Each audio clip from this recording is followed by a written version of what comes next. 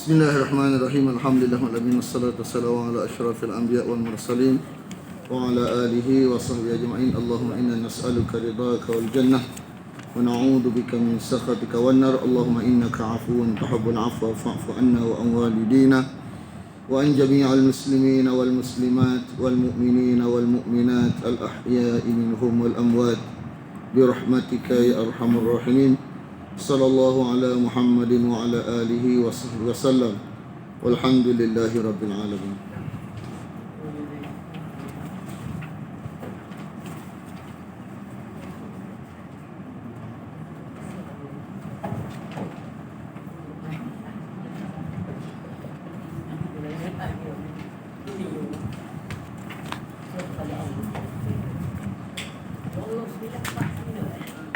Ayat 59.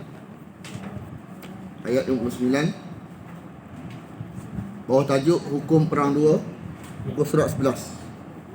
Kalau ada nota tu muka surat 11, Hukum Perang Dua. Hukum Perang Dua ini ditujukan untuk Rasulullah sebagai khalifah,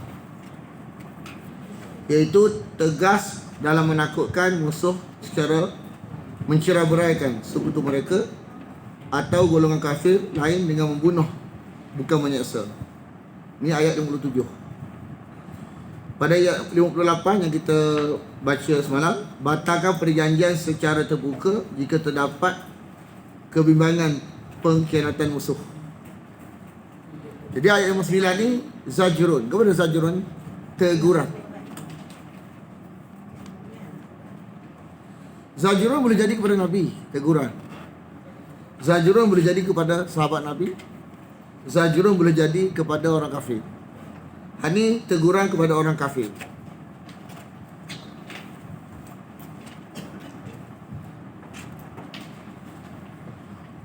Wala yahsabanna,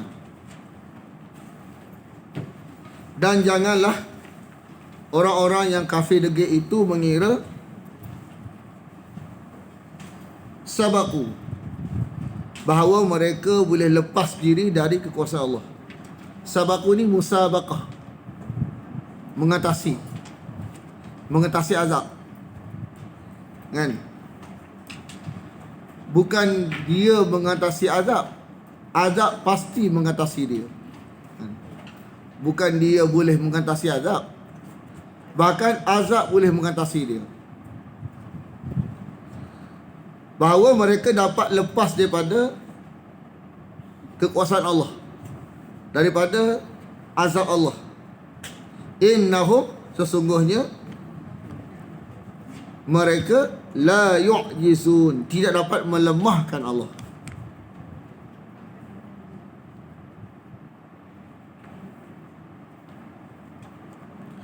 Ada yang berpendapat bahawa ayat ini turun berkenaan dengan orang-orang kafir yang melarikan diri dari perang Badar.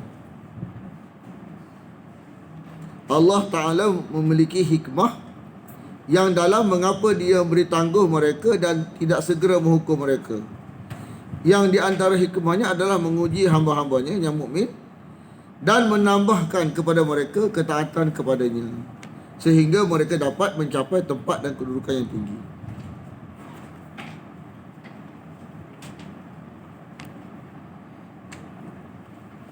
Hukum perang yang ketiga pada ayat 60 ni, persediaan tentera.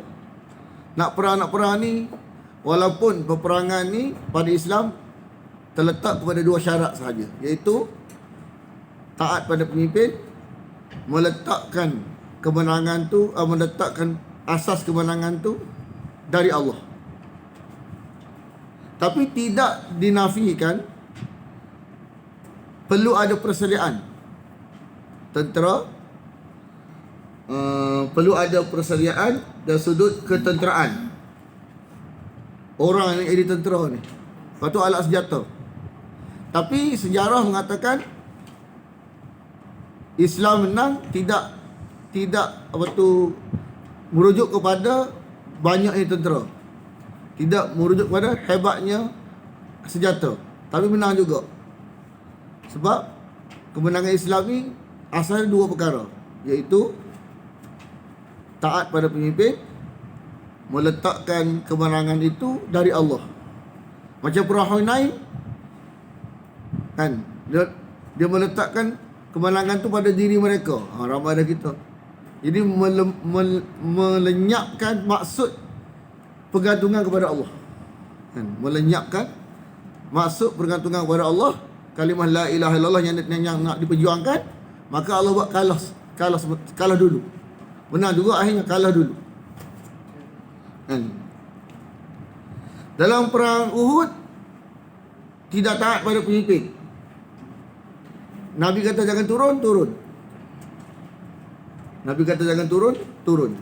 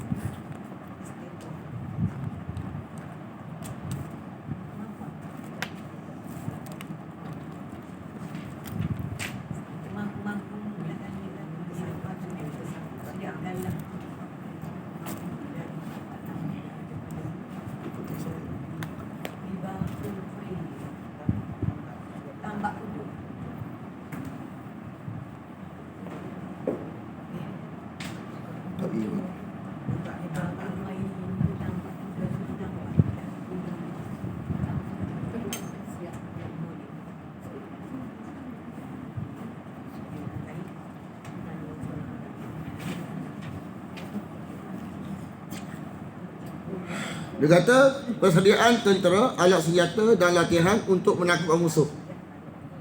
Sebaik alat senjata adalah panah atau apa saja yang cepat sampai kepada musuh. Poin ayat ni kena ingat-ingat, kena tulis poin ayat ni.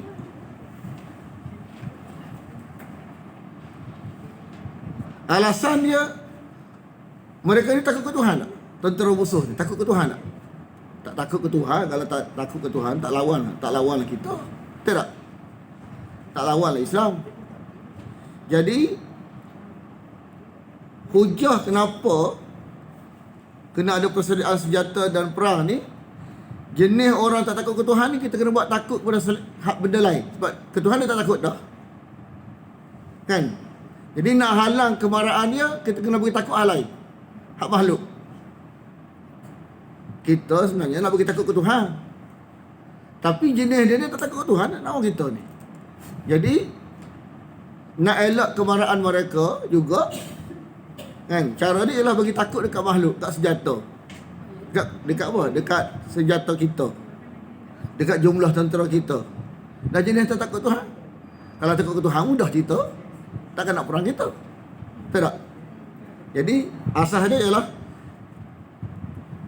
musuh yang tidak takut kepada Allah hendaklah ditakutkan dengan selain Allah. Itu satu kaedah kan. Sebab kita nak asal dia nak larang mereka mari. Asal nak larang mereka mari. Jadi Allah tak takut dah ni, buat ni.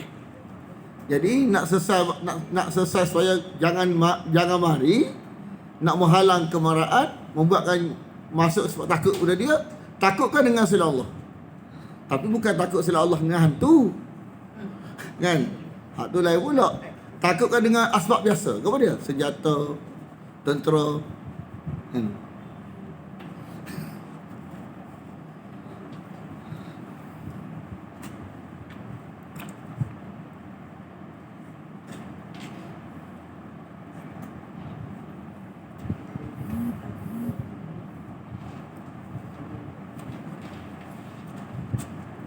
Macam orang contoh mari rumah kita kan.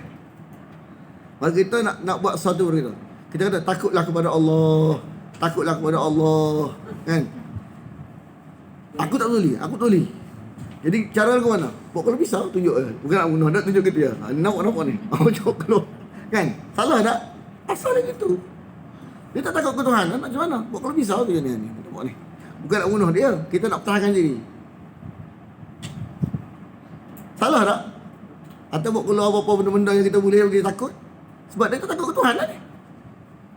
Kalau kita tak buat lagu tu, dia bunuh kita. Contoh tak? Orang kata salah tak? Kita buat gitu je. Acu-acu je tak? Tapi lah ni jangan tak? Silap-silap hati. Kan? Bila mati dia, kita masuk penjara. Lain susah, rumit lah ni undang-undang lah ni.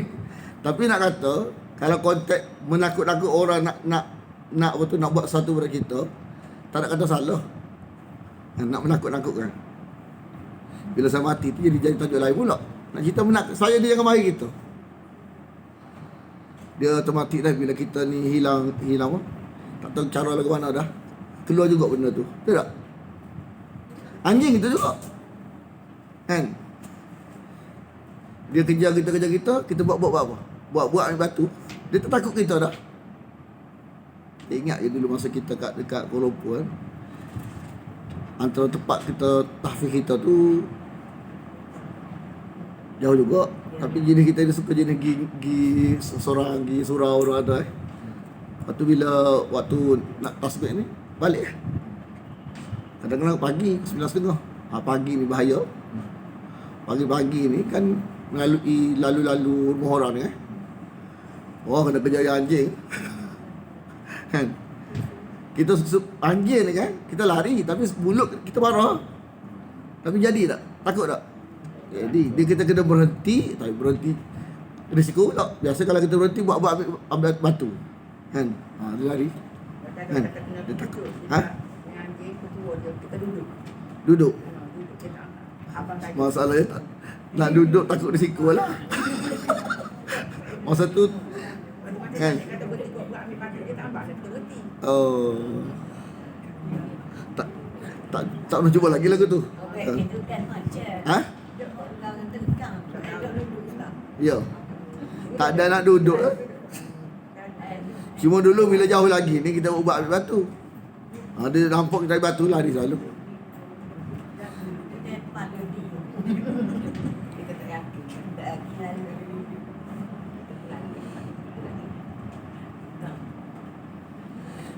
Siapkanlah wa'iddu lahum untuk mereka, untuk menghadapi mereka. Apa yang kamu sanggupi. Asal istata'a, mampu kan. Dia kalimah ni pelas sikit. Ta'a mana taat. Istata'a mana mampu, sanggup. Min quwwah, dari kekuatan. Dari nampak kuat. Supaya musuh takut.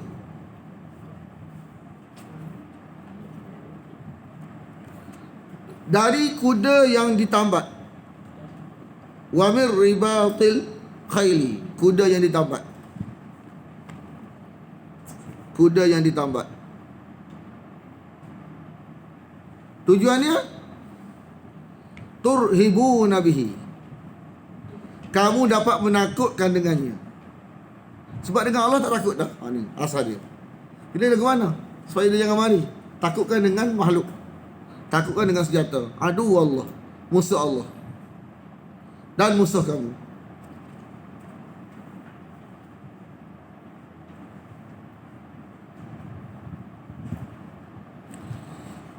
Jadi bila kamu ni baca Quran, asal dah hakikat dia baca Quran untuk menyelamatkan orang, itu asal dia. Jadi sampai tahap lagu ni baru sikit ni. Lepas ni mu akan hadapi orang kulit putih pula. Ni Arab. Makna masa zaman Nabi hidup lagi ni sekadar bunyi-bunyi ke. Mana kita mungkin akan hadapi orang kulit putih pula ni, Romawi dan Parsi.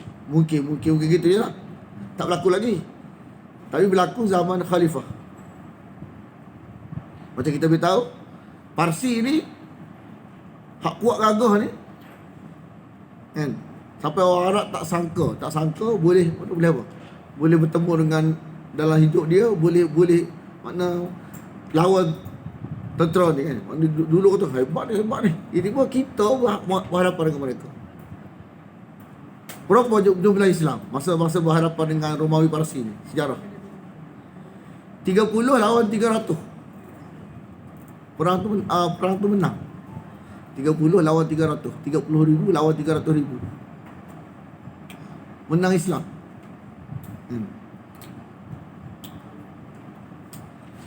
Dia kalau dua kali ganda tak boleh haram apa tu undur besar-besar. Kalau apa tu uh, 10 apa dia? Kalau macam 10 kali ganda sunat. Tapi kalau 12,000 ke atas tak boleh mundur dah. Dalam hadis lain 12,000 ke atas tak boleh mundur dah. Walau banyak mana apa tu tentera. Kalau kita 10,000 ke atas, 12,000 ke atas ada satu hadis tak boleh mundur dah. Terus marah. Tapi dalam sejarah ni hak tu 30,000 lawan 300,000. Allah kata la ta'lamunahum. La ta'lamunahum. Dia satu ayat ni. La ta'lamunahum satu ayat. Kamu tidak mengetahui mereka asal. Dua ayat yang bercantum. Dia ibarat ada titik, lepas tu Allah mengetahui mereka. Dia subjek predikat. Tidak kamu mengetahui mereka.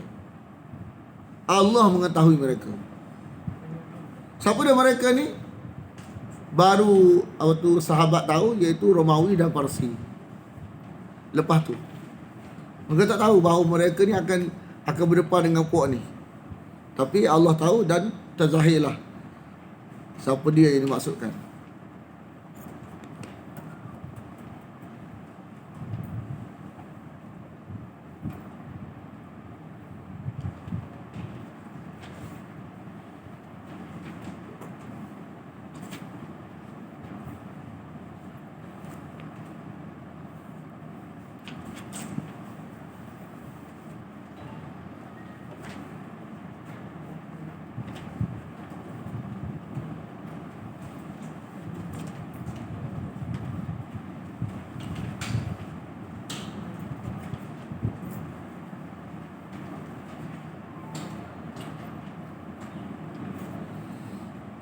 Jadi jihad ni sayap kanan apa tu tauhid dan risalah. Jihad ni sayap kanan tauhid dan risalah.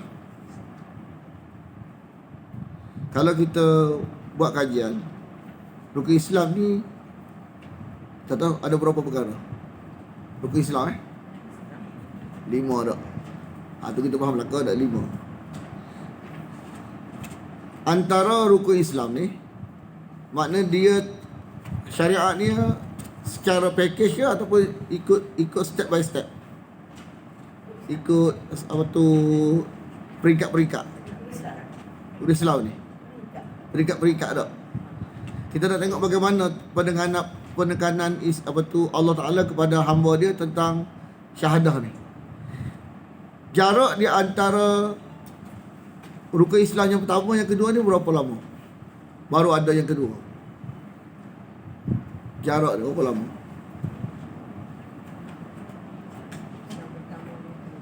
Dia bukan 5 selalu ni. Bukan bila masuk Islam ni hafal rukun Islam. Kalau begitu kan, tak ada lagi, dia tak ada susu macam ni lagi. Kita ni package dah, sampai kita bentuk package. Tapi Nabi mula-mula sesar dulu. Kenapa dia? Mula-mula kita tahu dah rukun Islam mengucap kalimah syahadah. Itulah tauhid risalah. Tauhid la ilaha illallah. Risalah Muhammadur Rasulullah. Kan? Lepas tu keselamatan di akhirat. Makna rukun Islam pertama ni adalah intipati Al-Quran. Rukun Islam pertama ni intipati Quran, iaitu tauhid, risalah, akhirat. Macam kamu terbang dia punya badan dia tu tauhid, risalah, akhirat. Mana tauhid campur risalah, selamat di akhirat. Jadi Quran ni nak bawa kepada tauhid, risalah, akhirat. Rukun Islam. Betul, rukun syahadah tu ada dua peti tu. Jadi dua kalimah syahadah ni natijah dia keselamatan di akhirat. Lepas tu di antara rukun Islam dengan rukun Islam kedua ni berapa lama? Rukun Islam ni dia bukannya amalan, dia sekali je, sekali mengucap je, lepas tu faham. Antara rukun Islam pertama yang kedua ni, bila apa tu solat disyariatkan, bila? Waktu apa tu Isra' dan Mi'raj ni berlaku bila? Kita ingat tak? Dia waktu tu lepas Nabi sedih, Abu Talib mati, Khadijah mati, kan? Makna tu nak sampai nak hijrah, nak tahu hijrah dah. Nabi nak hijrah ke Madinah dah. Makna dia meh-meh 10 tahun ke atas. Makna dia daripada awal Islam sampai rukun Islam yang kedua ni 10 tahun lebih. Nak pergi faham gapo dia tauhid, gapo dia risalah. Baru aja buat sembahyang. Gapo dia hikmah di sini nak tengok, nak bagi kita gapo dia. Nak beritahu Tuhan tak gaduh, tak suruh amal lagi. Tuhan gaduh faham dua ni dulu. Faham dua ni. Sebab dua ni faham saja. Dua ni tak faham sebab nak baiki kepahaman dua ni, satu hal. Lepas tu barulah solat disyariatkan. Pos hak 3 lagi di Madinah. 2 di Mekah, 3 di Madinah. 3 tu di Mekah setiap dia. Hak mana-mana kepada dia puasa. Dia berlaku bersamaan dengan Ramadan. Ramadan apa tu syariat puasa. Lepas tu zakat. Bentuk zakat apa tu Madinah lain. Bentuk zakat yang kita bentuk kita sekarang ni ialah di Madinah. Asal ibarat infak zakat Mekah lain. Maknanya bila ada lebih harta je untuk Islam dah. Jadi seperti kita sekarang ni ialah di Madinah. Di Madinah. Maknanya zakat ni lepas apa tu di Madinah sebenarnya. Lepas tu baru haji. Haji tu Nabi nak wafat dah. Baru dah haji disyariatkan. Maknanya 5 rukun tu 23 tahun. Ya, tapi rukun pertama dan rukun kedua tu makna pentingnya kepahaman ni 10 tahun. Sebab kalau dua ni tak faham saja hak lain. Hak kita zaman kita ni tak faham. Lebih nak beramal, mengaji tak sih. Lebih nak beramal pada mengaji. Nabi ni dan sahabat ni Allah tekan kepahaman. Jadi nak ajar kita bukan salah.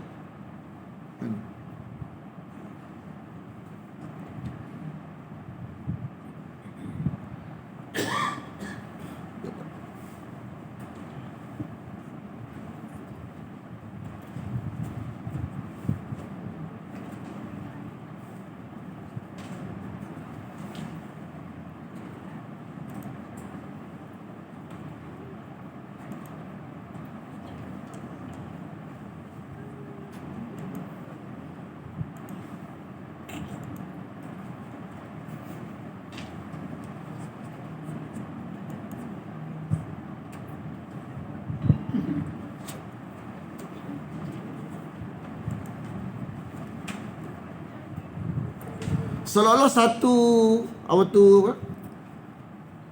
kepahaman. Nak buat satu kepahaman kepada kita, agama Islam ni pegangan dengan cara hidup ni, pegangan lebih penting, pegangan. Sebab cara hidup ni kalau tak pegangannya betul, tak sampai ke syurga, sampai ke neraka. Sebab pegangan ni penting, nak pegang ni. Bila hak kita pegang ni betul, maka amalan diterima. Seolah-olah satu lepas tu dia kata, wa ma tunfiqu, apa yang kamu infakkan dari sesuatu fi sabilillah. Ni bila tajuk perangan ni mana infak fi sabilillah lah. Kan? Kamu akan disempurnakan.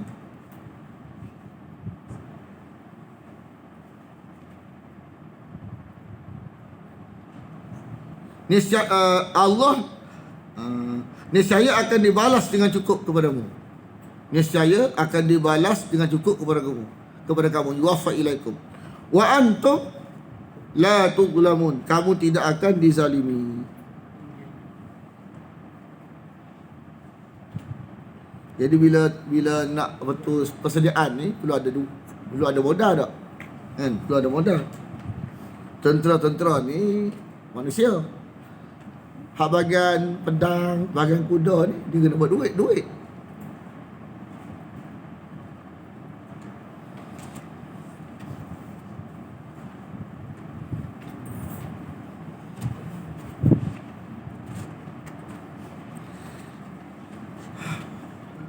Ada satu keadaan berlaku yang kita kena mengaji.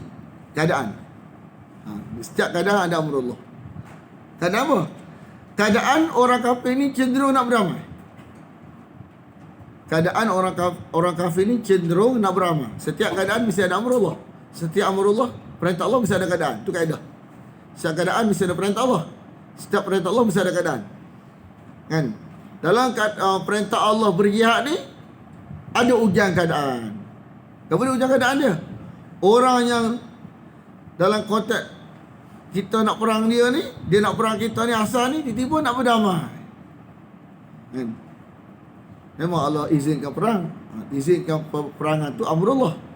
Dalam ujian-ujian peperangan ni, tiba-tiba musuh yang tradisi kita ni, tiba-tiba nak berdamai.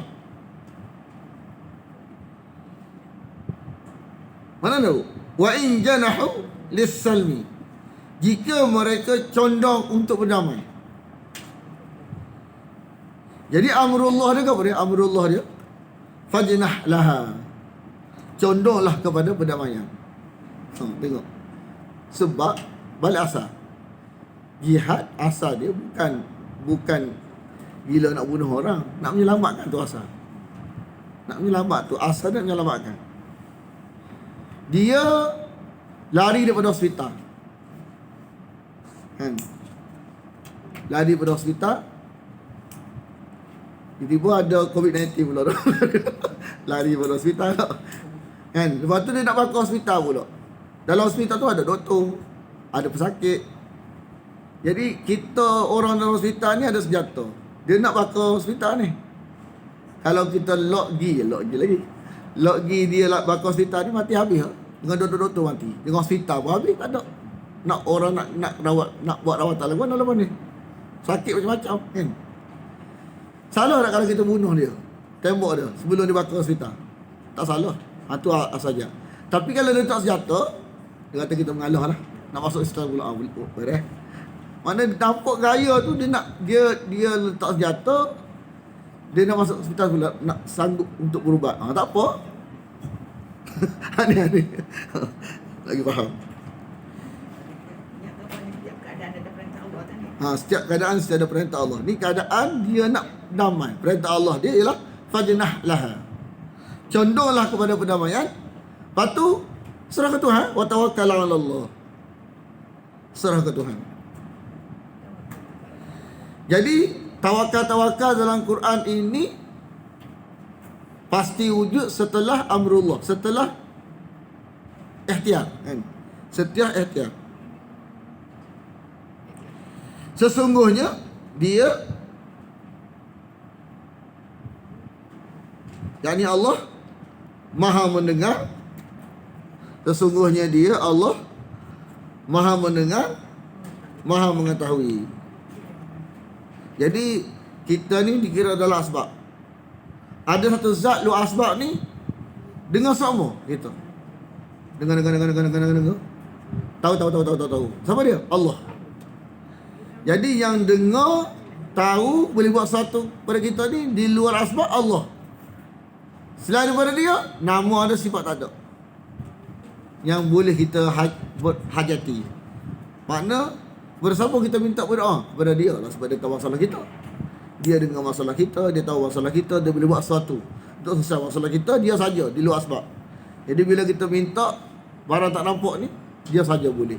Kalau kepada selain dia, syirik.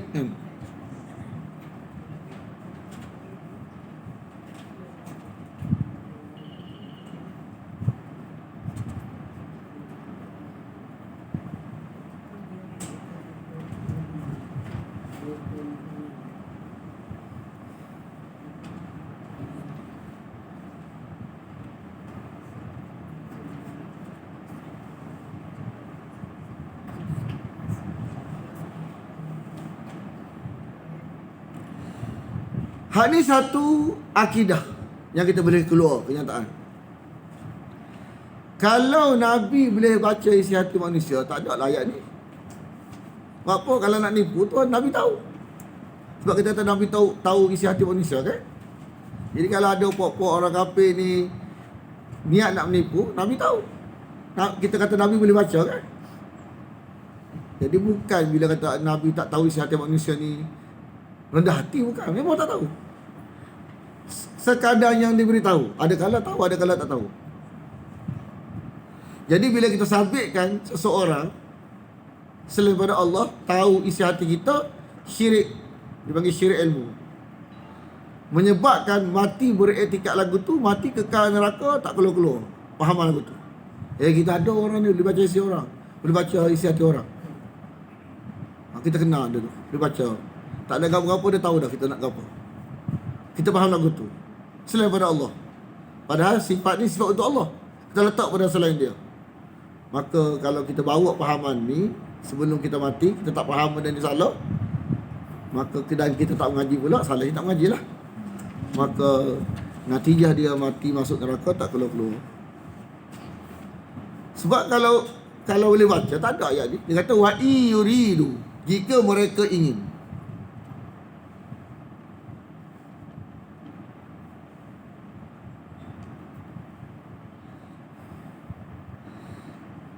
Kalau Nabi boleh baca isi hati manusia, Allah tak kata lagu ni. Allah kata lagu ni.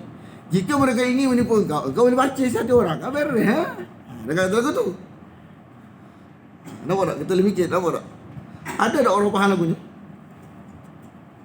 Kita ada kenal seorang ni. Kan? Dia boleh baca isi hati orang. Ada tak kita jumpa orang kacik lagu ni? Ada lah.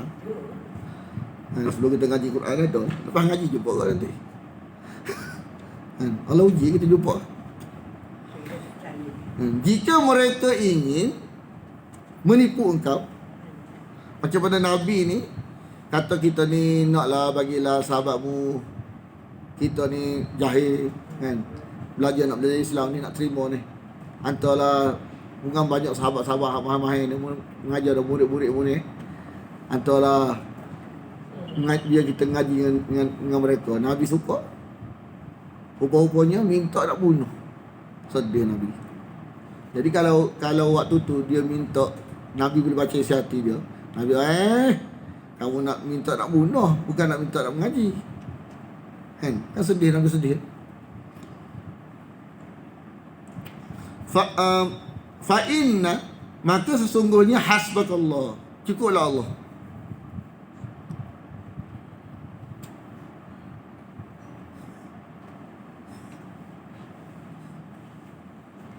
Cukuplah Allah menjadi pelindung bagimu. Cukuplah Allah untuk menjadi pelindung bagimu.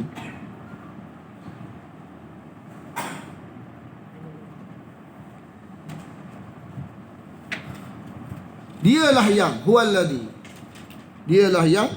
huwallazi ayyadaka, memberi kekuatan kepada engkau, binasrihi, dengan pertolongannya. Jadi kalau penyokong bola tu dipanggil muayyidun. Penyokong bola kan, hak yang gaya-gaya kat luar kan, hak letih pemain bola tu, gaya-gaya go tu dipanggil muayyidun.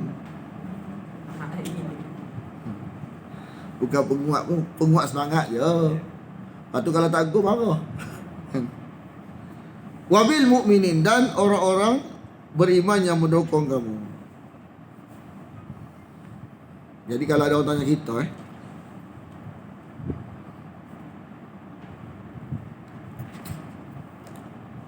boleh tak Nabi menyatukan seluruh manusia? Boleh tak?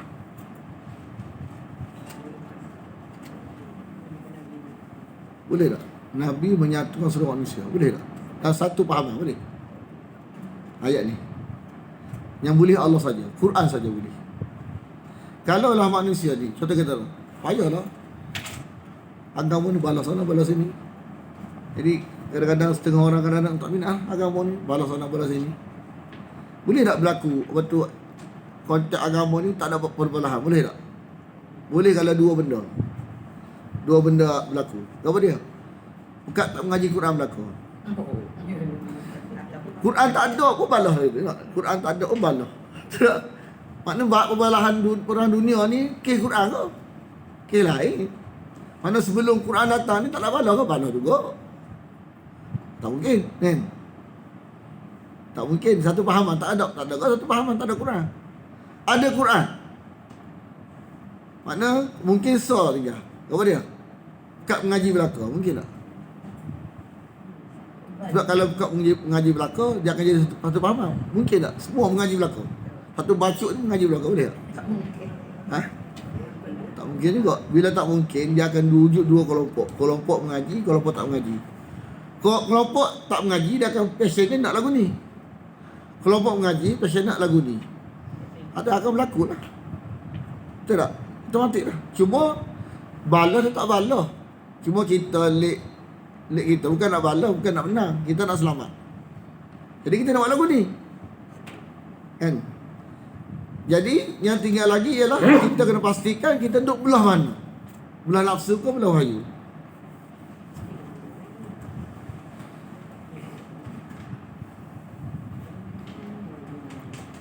Macam satu kata-kata yang kita share dalam grup Dia fitrah manusia ni dia nak menaikkan sesuatu, maka dia akan turunkan sesuatu. Bila satu dia naik, satu dia akan turunkan. Kan? Dia nak menaikkan sesuatu, maka otomatis dia akan merendahkan sesuatu. Yang bila kita jahit, yang kita bagi naik kepada dia, wahyu kan nafsu. Nafsu. Jadi bila kita bagi naik nafsu, maka kita telah pada yang sama kita telah menjatuhkan wahyu. Itu otomatik lah. Jadi nak elak daripada natijah tu, baik kita mengaji supaya yang kita bagi naik ialah wahyu, yang kita bagi turun ialah nafsu. Dusta hari kan Ustaz? Ha? Masuk hot dusta hari boleh ke tak? Dusta mana? Mana dusta? Dustakan Allah hari. Itulah. Sama juga. Jadi dalam daurah Maulana sebut, dalam konteks amalan memang tidak mungkin bersatu. Itu fitrah. Dalam konteks amalan Tuhan buat tak mungkin. Cuma tinggal lagi hak dibenarkan ialah perbezaan kalau berlaku perbezaan sama sahabat saja. Makna perbezaan yang berlaku dalam Islam ni, yang tahap yang kadar dibenarkan ialah perbezaan sahabat, dua-dua betul. Jadi perbezaan mazhab ni sebenarnya perbezaan sahabat. Selama mana perbezaan itu adalah melibatkan sahabat, maka boleh dua-dua. Sebenarnya kita sebut Syafi'i, Hambali, Hanafi, Maliki. Sebenarnya belakangnya sahabat. Jadi asal sahabat semua buat ke syurga belakang. Yang penting masing-masing ada dalil. Kan? Yang tak boleh perbezaan yang tak ada dalil. Sepihak ada dalil, tak boleh. Tapi kalau dua-dua pihak ada dalil, dibenarkan. Jadi bila belakang tu sahabat, dalil lah tu. Kan? Mana beza boleh, tapi mesti belakang sahabat. Tapi yang tak boleh beza ialah Quran. Quran tak boleh beza. Sebab akidah. Kan? Akidah. Sebab tu kalau ngaji Quran ni, Maulana kata kalau orang ngaji hadis dulu, tak ngaji Quran, ngaji hadis dia memang gitu. Dia nak jadi macam nak beza. Bila lepas dia ngaji hadis, dia ngaji Quran, baru rasa lega. Ubat sikit, rasa lega. Oh, ke syurga belaka sebenarnya. Contoh tak? Dia baru nampak. Jadi Quran ni, kalau semua mengaji satu kitab Quran, contoh 10 orang. 10 orang satu jiwa. Sebab Quran ni sebab dia menyatukan. Sebab Quran, kalau 10 orang bukan mengaji daripada A sampai Z, daripada surah Fatihah sampai surah Nas, dia akan satu kepahaman. Boleh. Sebab Allah saja boleh menyatukan hati manusia ni. Dialah yang melunakkan baina qulubihim, di antara hati-hati mereka. Dialah yang melunakkan, mana melembutkan, yakni menyatukan hati manusia. Lunak jadi satu.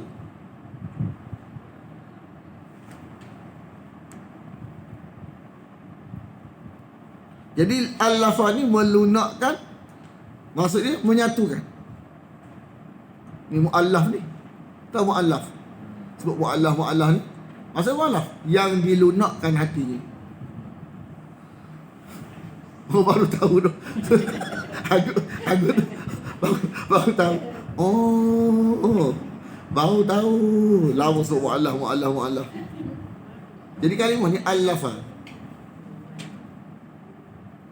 Maksud kat sini lah menyatukan hati mereka yang beriman.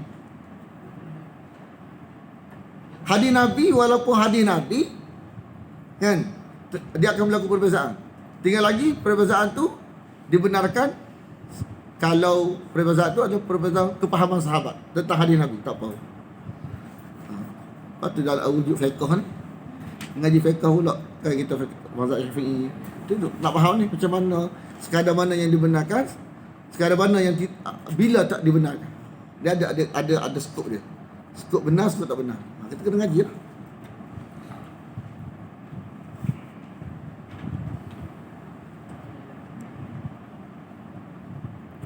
Jadi dia kata lau anfaqta. Siapa dia tahu ni? Nabi Sebab Nabi ni usah dah ni. Masa bila sebenarnya ni Nabi hampir-habis. Nak bawa manusia pada satu tak boleh. Sebab wahyu je boleh, Quran je boleh. Satu tauhid tak boleh. Tak boleh. Ma fil ardi, apa yang di bumi. Mana usaha habis, modal habis dah. Modal habis dah, cakap. Kan? Modal habis, Nabi bercakap. Nak buat manusia satu, takkan bersatu. Kan? Takkan bersatu. Cuma bezanya, ni kalau tajuk tauhid, Quran boleh. Amalan, hadis. Tak apa, tak bersatu. Tapi yang penting belakang sahabat. Dia perbezaan yang dibenarkan. Kan? Ma fil ardi jami'a, mana ada harta satu bumi ada. Modak tujuannya nak menyatu ada semua manusia. Cakap bobel tak boleh. Tak boleh. Mesti ada perbezaan. Tinggal lagi kalau bentuk amalan, dia ada skop dia. Yang dibenarkan, yang tak dibenarkan. Lepas tu Hambali, Syafi'i, Maliki, tak ada siapa kata Hambali ni salah, sesat. Tak ada siapa kata Syafi'i ni sesat. Tak ada siapa kata Maliki ni sesat. Tak ada siapa kata. Kalau kata jahil, kita mazhab Hambali contoh, saya Maliki, saya Syafi'i, tak ada kata sesat. Maknanya sebenarnya belakang tu sahabat kan. Yang tak boleh Quran, sebab Qurannya akidah, tauhid. Tauhid pun dah berbeza.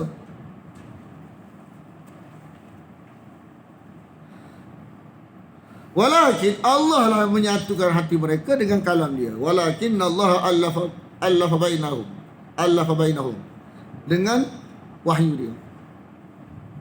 Jadi kalau 5 orang kan, 5 orang, seorang cakap, seorang dengar, 4 orang dengar. Makna 5 akan satu hati bawa tajuk Quran. Yang gitu, kita dah faham konsep. Bersedia untuk dengar satu hati. Waktu sahabat ni satu hati belakang sebab Quran.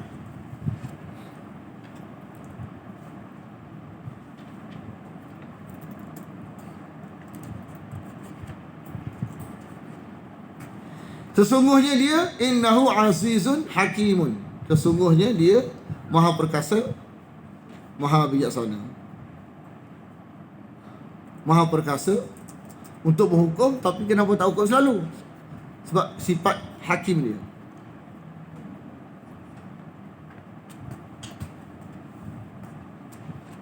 Macam mana kita kata sahabat ni dua-dua betul? Kisah ni, semayang ni. Seorang kata kena semayang selalu, seorang kata jangan semayang sehingga sampai. Jadi dua pandangan. Jumpa Nabi kata dua-dua betul.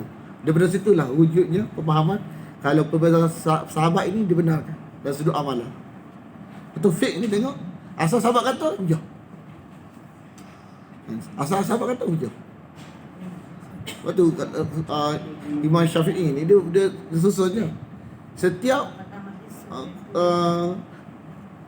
barangan dia tentang satu amalan mesti ada belakang dia sebut sahabat kata gini. Sahabat, bila sahabat kata lagu ni, bila dalil tu sah.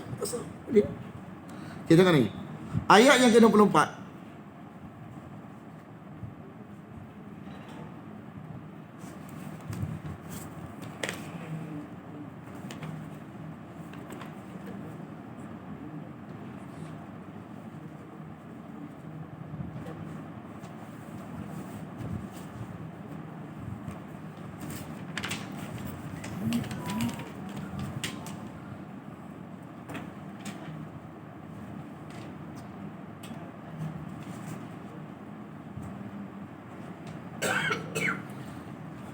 Jadi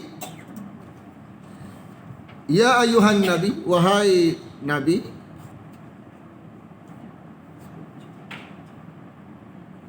Hasbukallah, cukuplah Allah menjadi pelindung bagi kamu. Cukuplah Allah menjadi pelindung bagi kamu. Kadang-kadang kita ni kadang nak bawa satu maksud perjuangan, kadang-kadang kita nak harap selain. Kita duduk fikir orang tafsir, kan? Jangan fikir orang nak. Tafsir lagi ya, orang nak. Orang nak makin tambah. Orang tafsir lagi ya. Orang tafsir takkan beri kuatan kepada kita. Orang nak ni kita kena tumpuk, kan? Wa manittaba'aka, dan orang yang mengikuti engkau. Wa manittaba'aka, dan orang yang mengikuti engkau, minal mu'minin, dari orang-orang yang beriman.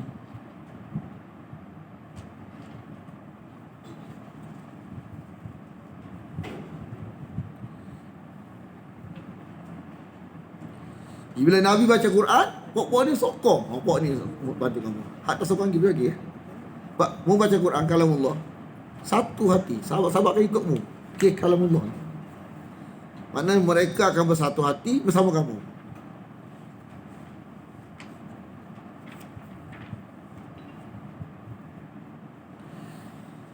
Hukum perang yang kelima untuk Rasulullah juga.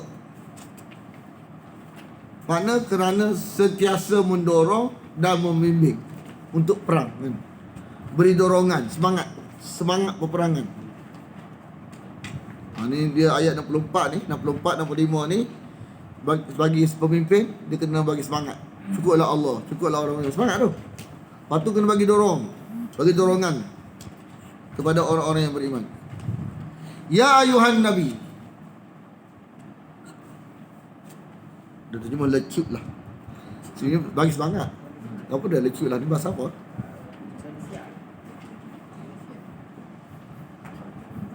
Sini dia kobarkan semangat. Dia kalimah kobarkan semangat ni dia 3 dalam bahasa Arab. Dalam surah kobarkan semangat untuk sedekah, hadda, kan? Ada? Dalam surah ni, surah Al-Ma'un ni, wala tahuddu, kan? Tidak memberi semangat kepada orang tidak beri semangat untuk beri makan kepada orang miskin, kan? Hassa dengan harrada, 3. Hassa, sa. Dia halaka. Hadda, hassa, harrada. 3 perkataan. Halaka. Mana apa? Semangat. Beri semangat, galakkan. Al-mu'minin, untuk berperang.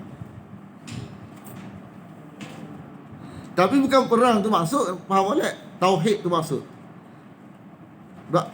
Perang ni hasal li ghairi, untuk orang lain sebenarnya. Ini jadilah orang ni kita nak rawat dia, nak selamatkan dia, nak bagi dia sihat, dia lari dari hospital, nak bakar hospital.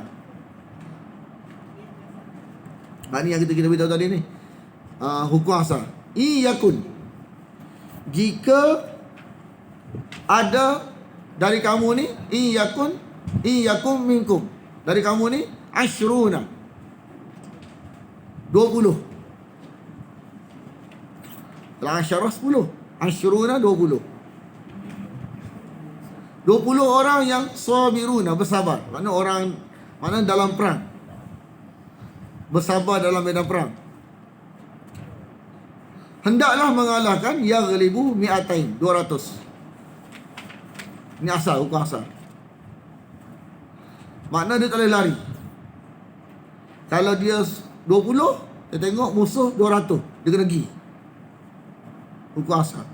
Tapi bila ada hukum baru, 1/10 jadi jatuh kepada 2 kali ganda, maka hukum asal ni jadi sunat. Hukum yang kedua tu jadi wajib, tak boleh lari, kan? Hanya hukum yang kedua. Asal dia 1, bila musuh mari 10, kena lawan. Kalau sebelah, ada alasan untuk patah balik, untuk angkat kaki lari. Tapi kalau 10, kena pergi depan. Kalau lari belakang, dosa besar. Itu asal. Asal. Turun hukum yang kedua daripada 10 ke 2. Makna kalau 2 orang datang, kita seorang kena lawan. contoh nak mudah lah. Kita seorang, dua orang mari kita nak lawan.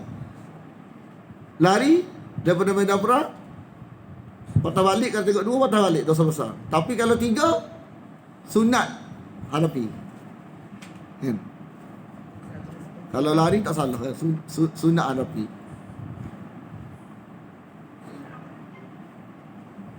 Wa iyyakum minkum, dan jika musuh tu 100. Bukan. Jika kamu ni 100, kamu 100. Kita tengok depan ada 1000. Mana lagi? Jadi 1/2 kan? 2 kali ganda tak? Bukan. Ni hanya 1000 lagi. 110 lagi saya ada, 110 lagi. Hanya 110 lagi, bawah ni. Ayat ni 110 lagi. Tadi asyruna 20 dengan 200. Hak ni apa tu 100 dengan 1000, mana 110 lagi ni. Minal ladina kafaru, kena mengalahkan 1000 dari orang-orang yang kafir.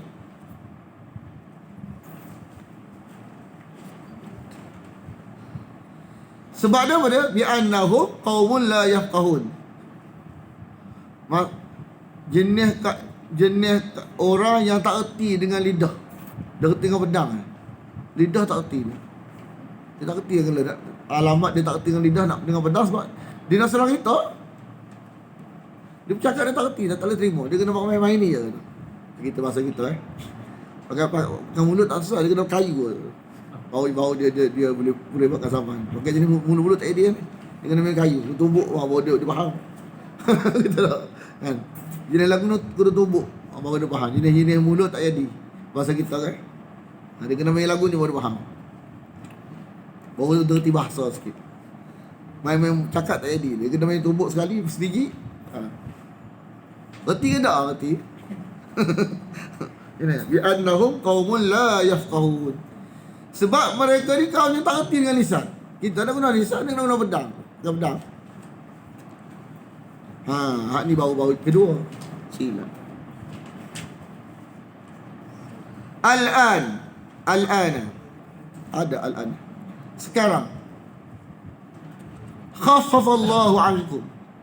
Allah meringankan kamu. Tadi kalau 1, 10 kan, kalau 1, 10 tak boleh lari. Hak ni kalau 2 tak lari.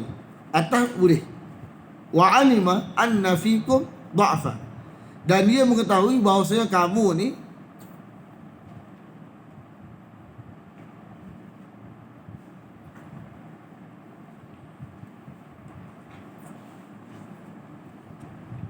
ada kelemahan pada kamu. Dia mengetahui ada kelemahan pada kamu.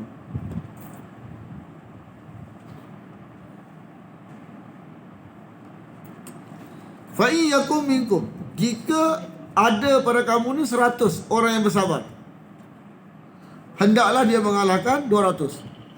Yaghlibu, dia fi'lun mudhari'un tapi makna amrin. Yaghlibu ni mudhari'un, dia makna amrin. Hendaklah mereka mengalahkan 200 musuh.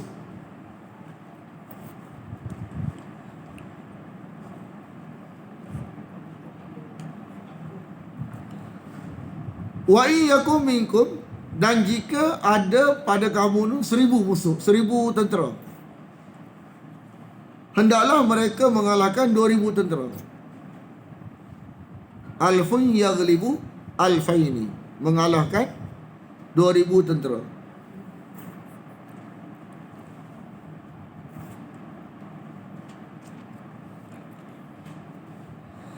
Biiznillah, dengan izin Allah. Dengan izin Allah.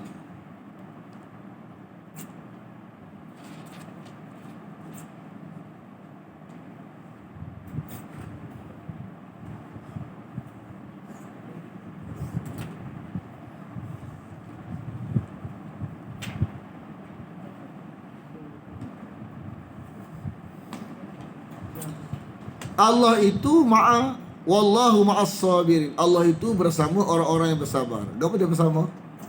Berkenan.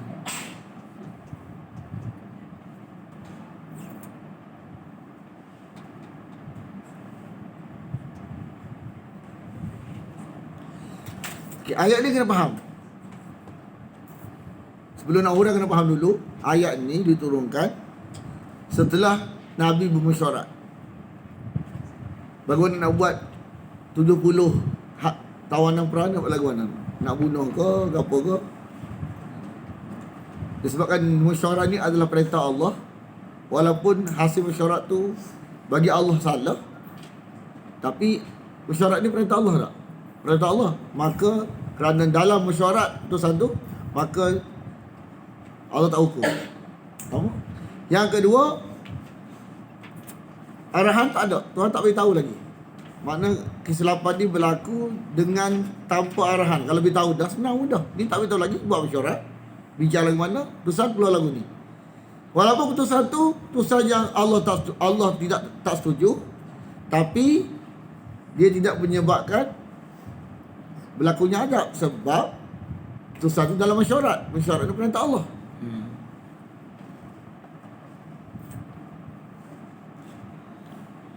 Mana yang terbaik tu asal dia bunuh.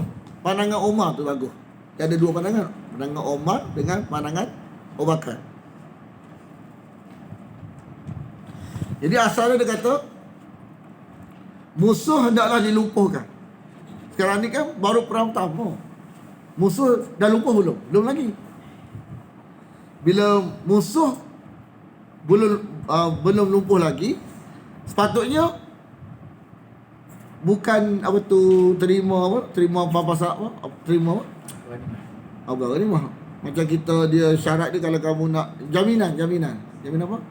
Dia ni kena tawan. Dengan apa? Tebusan kan. Sepatutnya bunuh belaka macam pada Omar, tapi dah buat tebusan dulu, apa dah. Bukan tarik balik, padahal dah buat tebusan lagu ni, tapi sepatutnya lagu ni. Dia ada hikmah dia. Tuhan nak ajar kita benda akidah. Nabi tak tahu benda gaib. Nabi tak tahu mana yang terbaik menurut Allah. Jadi dia putuskan. Kalau Nabi tak tahu, tak boleh baca apa yang terbaik bagi Allah. Dah bila Allah beritahu, baru tahu. Dia ada hikmah di sebalik tu, sudut akidah.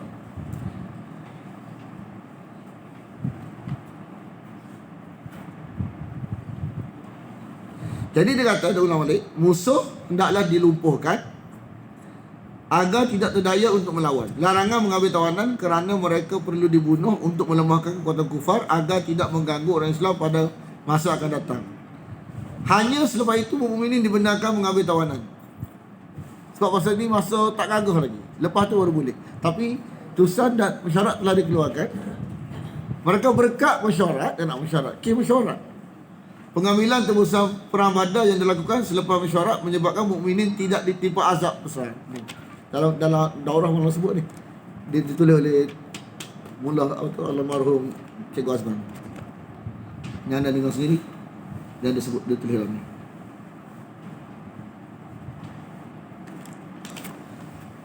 Tidak patut bagi Nabi, maka nali nabiyyin. Tidak patut bagi Nabi ada baginya tawanan. Ayyakuna lahu asra. Ada baginya tawanan. Tebusan pula. Ambil tebusan pula. Hatta sehinggalah yuskhina fil ardi. Sehinggalah lumpuh musuh di bumi. Dia lepas tu dah lumpuh baru ambil budak-budak tawanan. Bila dah gagah kita. Sekarang tak gagah lagi. Sepatutnya bunuh belaka. Dia bagi lumpuh musuh ni. Itu asal dia.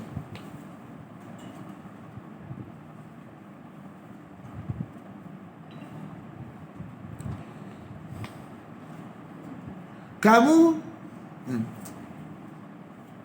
jadi kalau tebusan dapat bila tawanan ni, bila tebus dapat harta. Betul tak? Kan? Bila tebus dapat harta. Harta ni bukan harta untuk nafsu sahabat, bukan. Harta ni untuk Islam juga.